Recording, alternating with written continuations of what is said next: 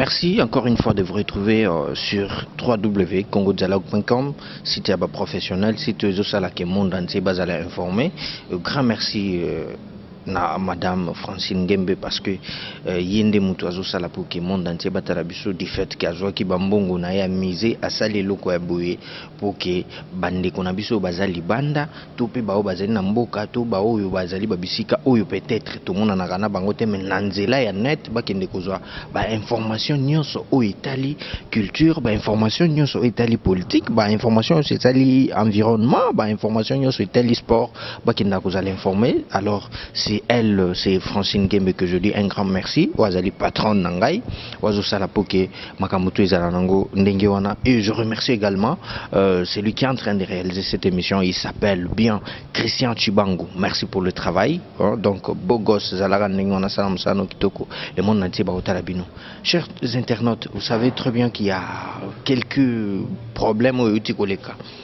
Parce que dans le cannabis RDC, il y a 2 gens Oyo basala pour que makambo mususu ezala. Et c'est par là na makambo ya sport biso na Congo. Personne ne peut me contredire que Edingwe c'est un grand sportif yambo cannabis. Je suis trop fier Yakolo Belango parce que c'est un grand azo mérité honneur wana et il est avec nous dans cette émission dossier grave parce que makambo elega ki mo ebele ote il paraît ye abeti mutu o il paraît abeti mutu te o il paraît bayokana ki o il paraît bayokana ki te. Alors en tant qu'un grand tolukié pour aller kana vitrine de grand o batutu baleka bino moko botala kango boyebi, il est avec nous rapidement. Je m'en vais lui dire bonjour président Edingwe. Bonjour papa journaliste. Merci beaucoup Edingwe Mutonangenge Sangoboni. Nous en forme, nous bien mais nana souci makas na motema nangai. Vous allez en forme, vous en avez souci à ne? Souci ndenge la police nabiso et il faut ridiculiser ngai na Serge Kaya soki Serge Kayamba soki Serge na président ba journaliste ne ba yiko ridiculiser ngai parce que na bandi sport banda 72 jusqu'à présent on a bundate na betwe mutna barabara te. Mais bayi kolonga lokumu nangai nakamwe papa et puis anga passe mingi na makambo basali ngai. En tout cas toujours sentir ndenge vraiment vous allez trop toucher na bandeko bazota la biso na poto parce qu'il y a pas mal de gens batuloko ba ya Willy Moucheni batuloko ba les cases cosmétiques peut-être bazwa qui tenter ya koyeba exactement qu'est-ce qui s'était passé. Est-ce que bakoki ou koki corrélater biso comment ça a été pesanga itana lo batina suka. Si moi je répondre aux questions. C'était la télévision, na mokonzi kombo na ye mosusu nayebi soki kokoyeba yango ko expliquer ngai te na RTGA te Pius Mabilu te animateur na ye animatrice na ye abengaki ngai nakende na émission na ye nakomi émission na ye alobi kevie soki etikali 2 minutes nasalaka mpe bathéâtre mingi batathéâtre so baleki basalaka nga mwa plaisir bamusicien basalaka nga mpe plaisir lokola naleki na yo mpe catcher salanga mpe plaisir nini nakosala okosimaka lokola moto ningo obeta ngai mpo bayeba koali catcher nakomi mpe na studio esikalaki 2 minutes pour émission ici là. Na salo kola tuninga ba question moko boye bêtement na kena simbi na beti ete ndenge to solo kinga na Karine Mokonzi. To solo to na sali pe acte ngo to kaboni pe bien. Karine bengi ngai a vie eloko sali pona ngai na sala ngo na mona ngo plaisir. To kende olia to luka place mo tolia. Nga binona leke pa mo soutenir na leka na kuna ngai. Ngana simizana kenda kipa kenda. Et comme il l'a dit, il y a un coup de téléphone. Secrétaire ya mokonza basolo na biso kanyama benginga yo. Dingwe mokonza na biso bosolo na ye. Tala eli appel na koyi koboya te. Na simizela tokutana na Kingabwa na point chaud. Ori Kingabwa na point chaud kuna aza ko présenter basase. Alingi pe atianga pe na kati na présenter ngai kingana le assassin. na komi déjà baso asilisi na bengi secrétaire général Kanyama abilanda biso na bureau na komi na bureau na komona ba journaliste on dirait que nga président de la République ndenge bayambi ngai ndenge mosusu na bi noka batuni ngai edingwe otiko beta journaliste bafundi yo ngabi bafundi ngai na beti journaliste ngabi na yebi likambango te tiba yotenga na kombo ya Karine Mokonzi ngabi mais Karine Mokonzi na beti ali petit na ngai pour que ngana sala edingwe il faut ba journaliste basalanga so ba journaliste bazalité ngana ko sala mate pour que journaliste pe asala ma il faut bisoto sala donc yezo sala ngai ngabi zo sala nomla ba journaliste bili l'église a dit que interroger sans convocation, sans mandat et l'autre côté, n'a qu'une kingaï moko propre. N'a qu'un babani qu'on interroger ngai au beti Karine Mokonzi pour ngabi, n'a fundi ngai. N'a moni ni plaignant, n'a moni moto moringa sandi ni ke Karine Mokonzi mutaye ko funda ngai. Donc on funda na zapena numéro Karine Mokonzi awa na bengiye.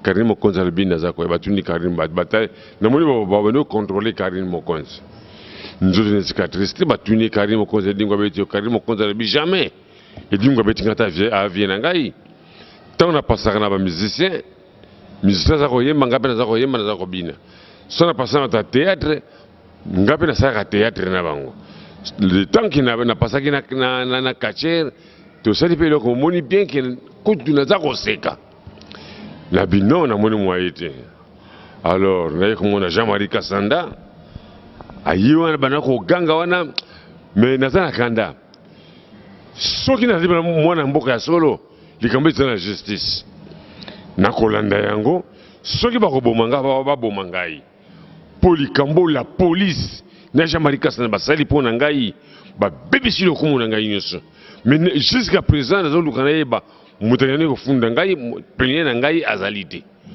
tout le monde na internet donc internet comme premier na ngai so ba bisiko ba confronter bisiko ba confronter edingwe na internet ba na komwana ba bini ni bon na moni général bi comment ta edingwe na mama Mokonzi tchaba na kasho les mêmes jours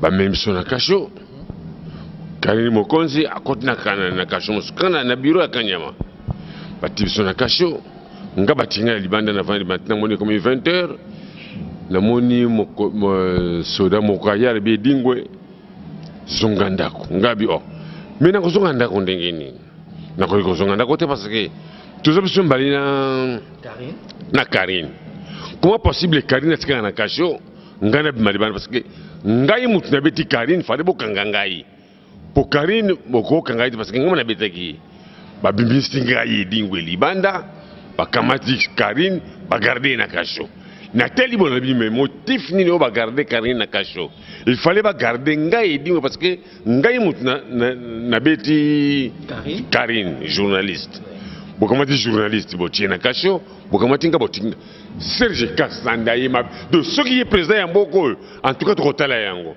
même ko benga ba ok même na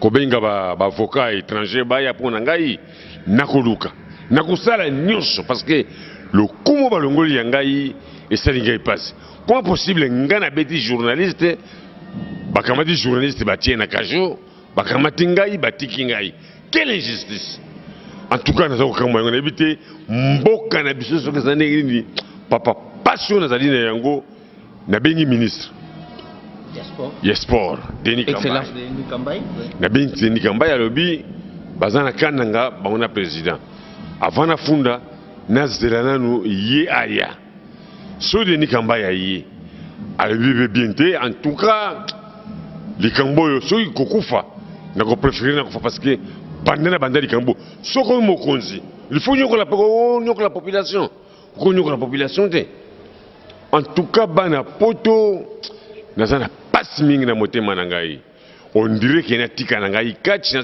parce que sans edingwe pas de catch zate En Afrique, tant que parler na catch, pas parler na dingo. Donc, na sala moi business wana, Karine Mokonzi le bibo ba betinga ite. Mais motif ni ba Karine Mokonzi na kati ya Kasho. Serge Kassama, pour jouer avocat, ngabe so zangi monga jouer avocat.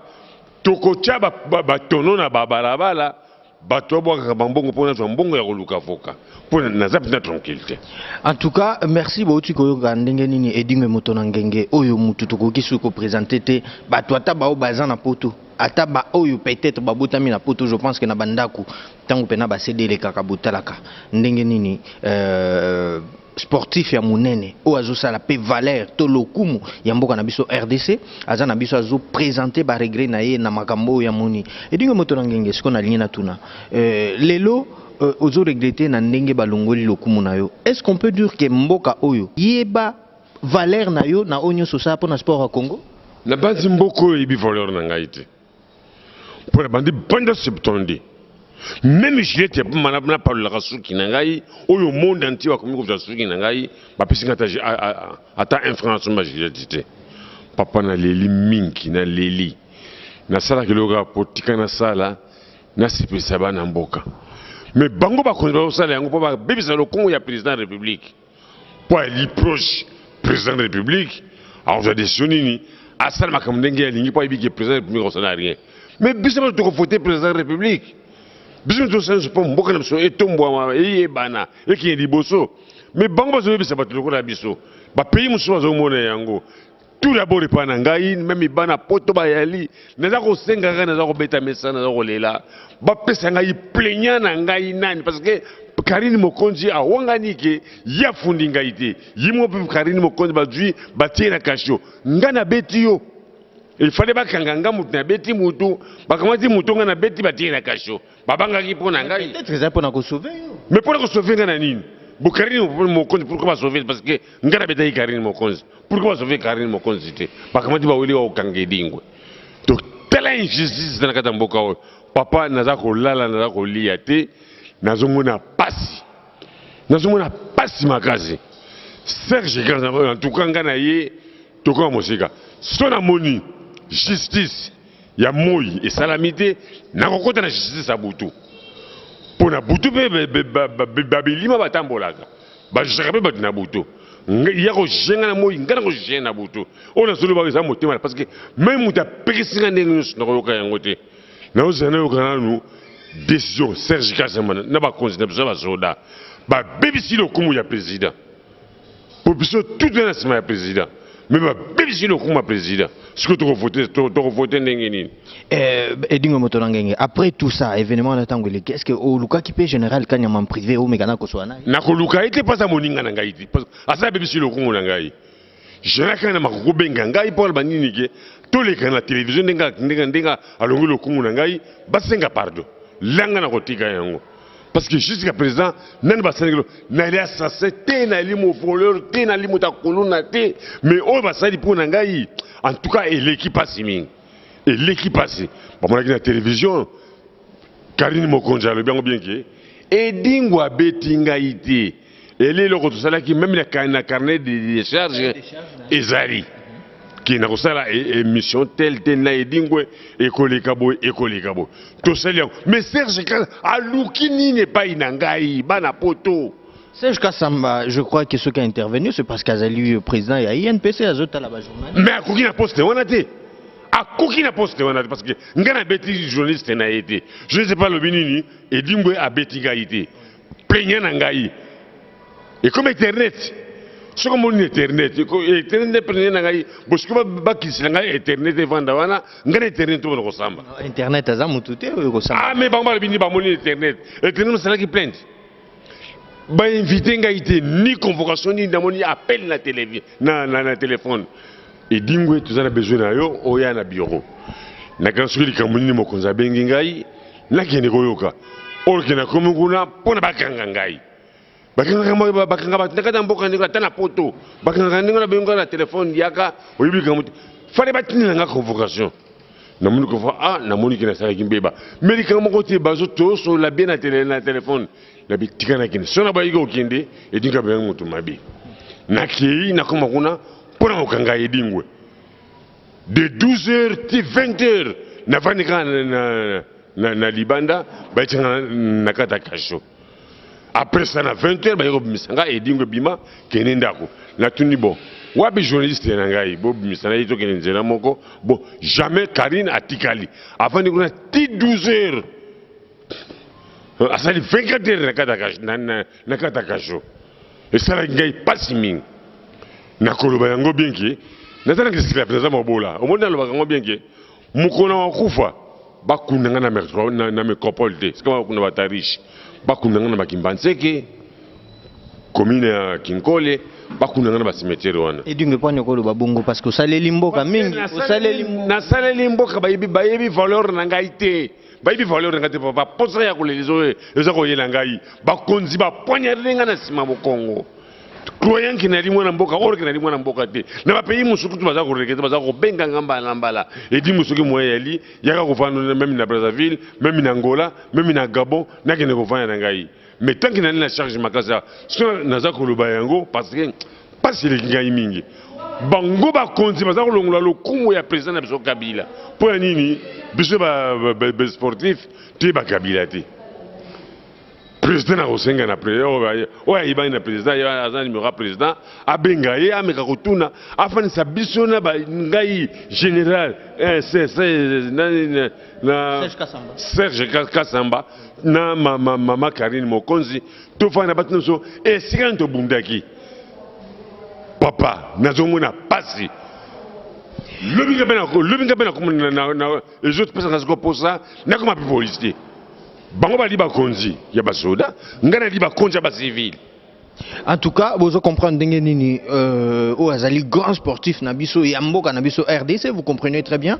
En dehors yamboka nabiso, toi en dehors et frontière ya RDC, dans d'autres pays, bazo respecté oyo esale maka awa. Mais dommage peut-être namboka nabiso tozaka toujours na tendance à respecter, toi kobimisa dignité, to valeur ya batu. Juste après départ na bango neto komi d'ailleurs il était ceci, il avait fait ceci. Mais quand la personne est en vie, tout le monde a raté à tabalo joanate, tu ko remercier vraiment bandeko bayambi biso malamu là. Je vois Papa Diedo, merci Papa Die, hein, merci beaucoup à Papa Die et aussi à Elisabeth Ngongo. Hein, merci beaucoup na bandeko oyo surtout ba yebi awa toza na kati ya matete. Juste na signature donc toujours sur la toende poto so na edingwe muto na ngenge parce que ngenge naye esilati ezakaka. Bon, edingwe muto est-ce que par là okomona te que peut-être c'était une façon peut-être pour na bakonzi na biso ba protéger peut-être pour ba monaki ke lokwa ba journaliste bazaki wana ba ceux qui bakangi yote bakoki peut-être ko ça moi songi moko ebima na ba journaux na banine ko mama na bandenge moko boy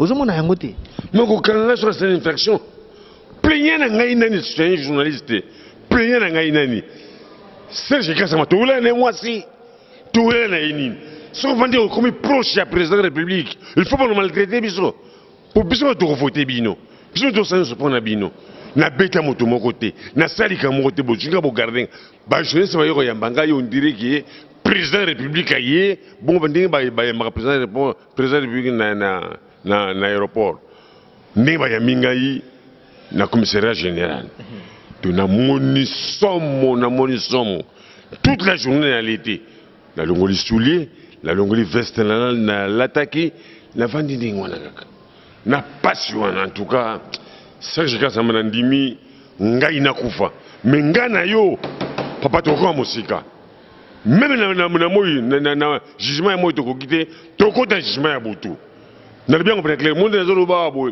na ibika ati boko kanga ngai na ko kini prison pe na ko kufa na prison mutu so tika éternel azalité ngape ne biki so bo kangi ngai na ko kufa parce que bozo va na président bozo be bisalo kumu ya président bisema tu ali pour président mais bon bien bozo ça se pona nini famille na biso yeba na Kinshasa elingo à la marche des sportifs tu es qui c'est la marche comment possible va ridiculiser idole na biso des sportifs va fâcher qui mabe mais ça la marche mais natala ki na bini bo ça la marche té botikanga yo nazali il fallait que Maman Karine Mokonzi otunaye à répondre même maintenant ma binaye to beti mutu mon côté mais ba yeko zwangai basala ngandengo parce que ça ba konzi le miki apena ko mo konzi.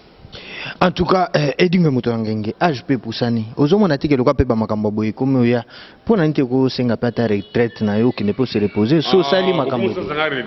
Non na tout na zotu na lobiti ke osare. Pour ko ta otake bango te ozotaki ka Edingue sa retraite. Les jours ko tika catch na RDC Kofi. Non mais oso sali déjà nzela oyo bato ba obunga te, oza déjà na bana bazo bunda. Edingue spete ka catch zate. Sanga ispete ya catch zate. Pourquoi vous l'utilisez?